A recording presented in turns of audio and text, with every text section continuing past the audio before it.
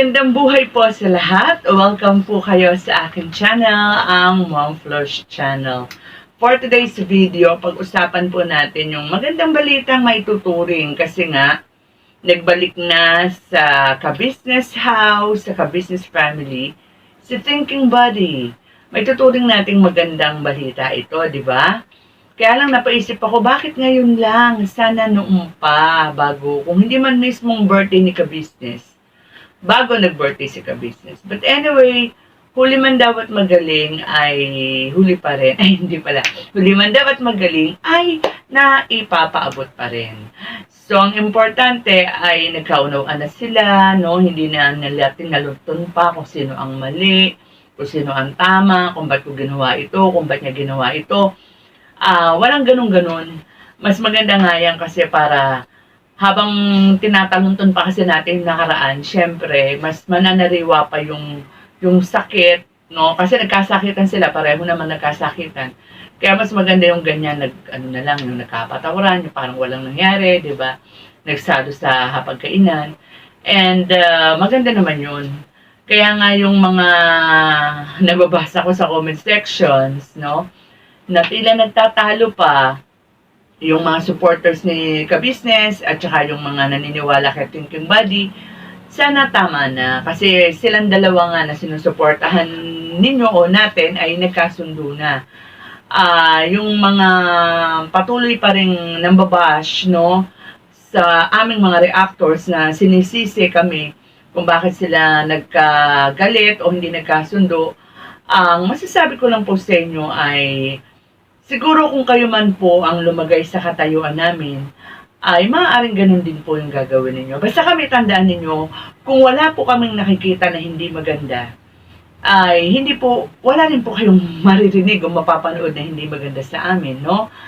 And yung sinasabing, kasi yung mga reactors na yan, ay for the views only, for content only, nagkakamali po kayo. Kasi kung kami po ay ganyan, tulad ng nasa isip ninyo, sana itong pagpunta na ito ni Thinking Body kina ka-business, hindi na namin nireactionan. Or kung nireactionan na namin, in a negative way, di ba? Pwede namin lagyan ng issue yan o lagyan ng kulay yan. Ba't hindi nga? Kasi nga, natutuwa kami. Natutuwa nga kami sa ginawa ni Thinking Body na pagpunta o pagpapakumbaba kina ka-business. Kaya, sana po, itigil na natin yung ganyang mga paninisi kung kani-kanino.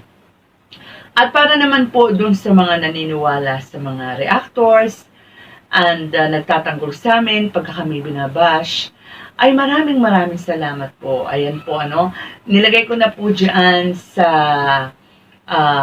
screen ang mga pangalan po ng mga nababasa ko na nagtatanggol po sa reactors. Maraming pong salamat sa inyo. At sana po ay patuloy pa rin po kayong sumuporta sa amin dahil ipinapangako po namin na magiging patas po talaga kami. And may papangako po namin na kung ano yung sa abot ng aming pananaw na tama, dun lang po tayo sa tama. At kung yung inaakala namin medyo lihis sa aming nakikitang sabihin natin na aming nakikita na tama sana, ay gagawan po namin yan ng reaction. Hindi po kami mananahimik at wag kahit po sabihin na natin kay ka-business yan, hindi po kami bulag. Hindi po kami bulag na mga reactor.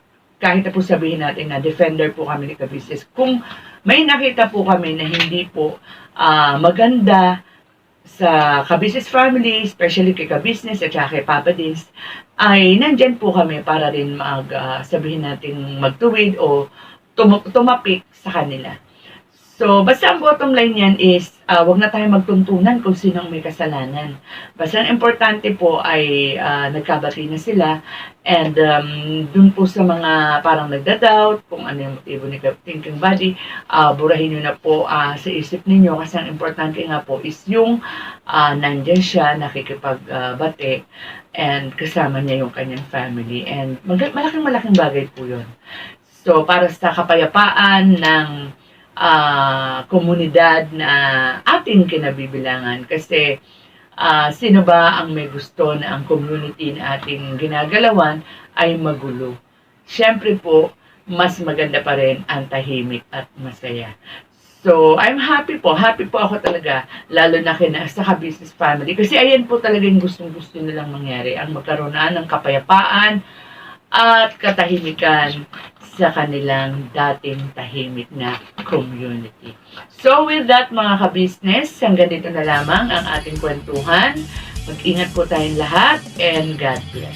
Ka-business, business ka-business, Papa Dios TV, mahal kayo ng marami.